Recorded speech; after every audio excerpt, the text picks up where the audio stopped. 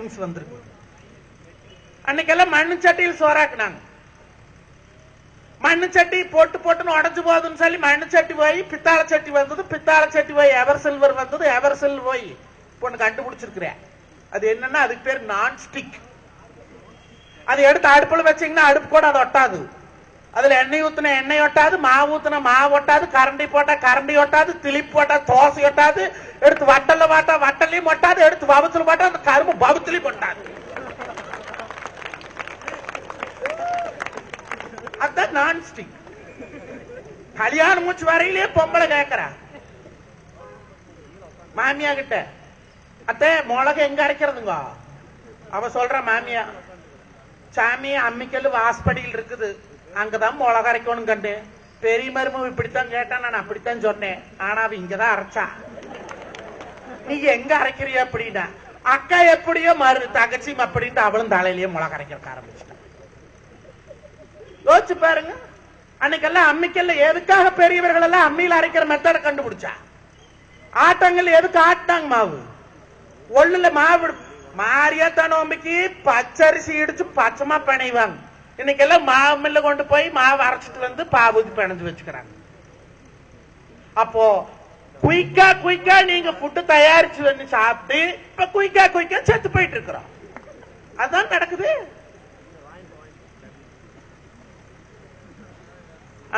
அம்மியில அந்த தேங்காய் சட்னி அரைக்கிறது இல்ல. ஞாயிற்றுக்கிழமை நாள் நல்லா சின்ன வெங்காயத்தை வணக்கி போட்டு கொத்தமல்லி சீரகம் போட்டு ஆட்டாங்கல்ல மிளகாட்டி குழம்பு வச்சா அந்த தோட்டத்தை வச்சா பக்கத்தோட்டம் சேர்ந்து பணக்கு.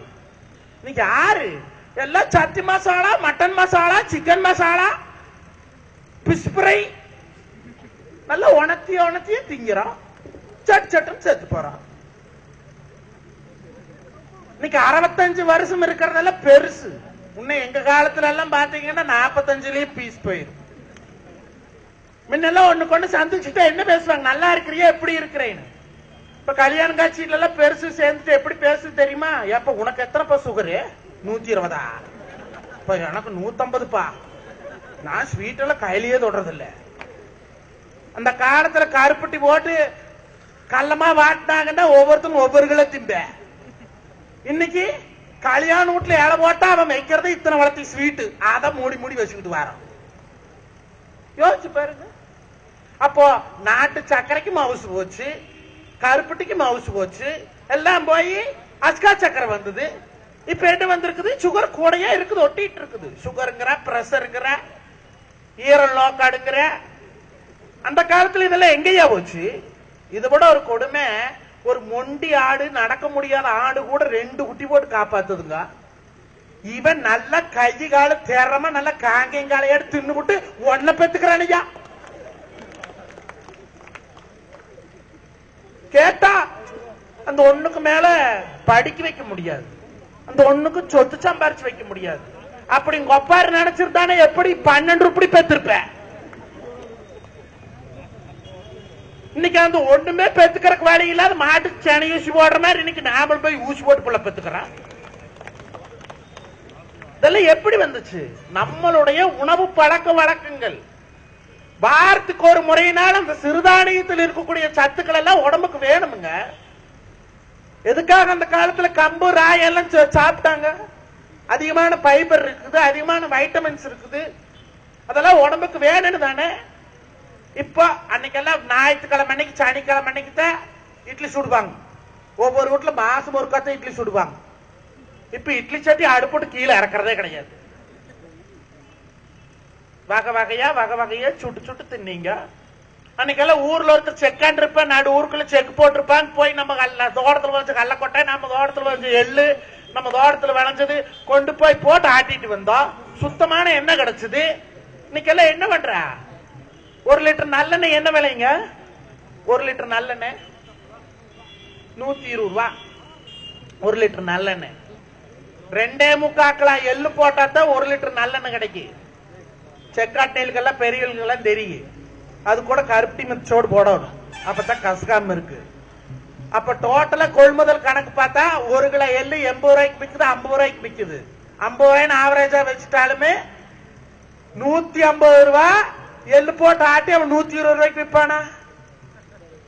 எல்லாம் குருடாய் இல்ல நல்லெண்ணெய் எசன்ஸ் கலக்கி அவன் மித்துட்டு திரியுற பாக்கெட் பண்ணி கலர் கலரா சினிமா நடிகை வந்து நான் கேரண்டி நான் கேரண்டி நான் கேரண்டின்னு இவன் கேரண்டி விட்டுறேன். அதுதான் நடந்துட்டு இருக்குது. ஏன்னா குருடாய்களுக்கு நேரமும் இல்ல மனமும் இல்ல. உண்மையா சொல்றேன், அந்தந்த எசன்ஸ் ஊத்திதான் விக்கிறாங்க. ஒரு கிலோ கடலப்பருப்பு என்ன விலைக்கு விக்குது? ஒரு வேலை பருப்பு போட்டு ஆட்டினது ஒரு வடி எண்ணெய் கிடைக்கு. ஒரு வேலை பருப்போட நல்ல பருப்பு வெதப்பருப்பா இருந்த படி 80 ரூபா, நல்ல பருப்பா இருந்த படி 50 ரூபா. 4 வெள்ளம் 4 படி போட்டா 200 ரூபா ஆகுது. 200 ரூபா பருப்பு போட்டு ஆட்டினா ஒரு படி எண்ணெய் 220 ரூபாய்க்கு நாள் வித்தா அவனுக்கு ஆற்ற கூலினாலும் கட்டு வெளியாவு. இன்னைக்கு ஒரு படி கல்லெண்ணெய் 150 ரூபா 140 ரூபாய்க்கு அவன் எப்படி கொடுக்குறேன்? இதெல்லாம் நாம் பாக்குறது இல்ல. நாம போய் ஆட்டிட்டு வர்றது கேவரு குறைச்சல நினைக்கிறோம்.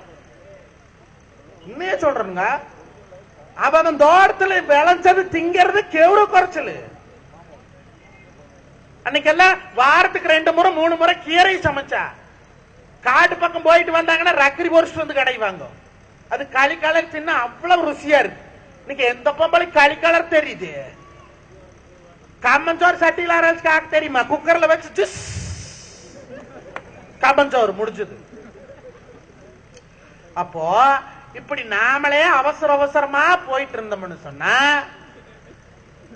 நாமளே 150 கிலோமீட்டர் ஸ்பீட்ல போறோம்.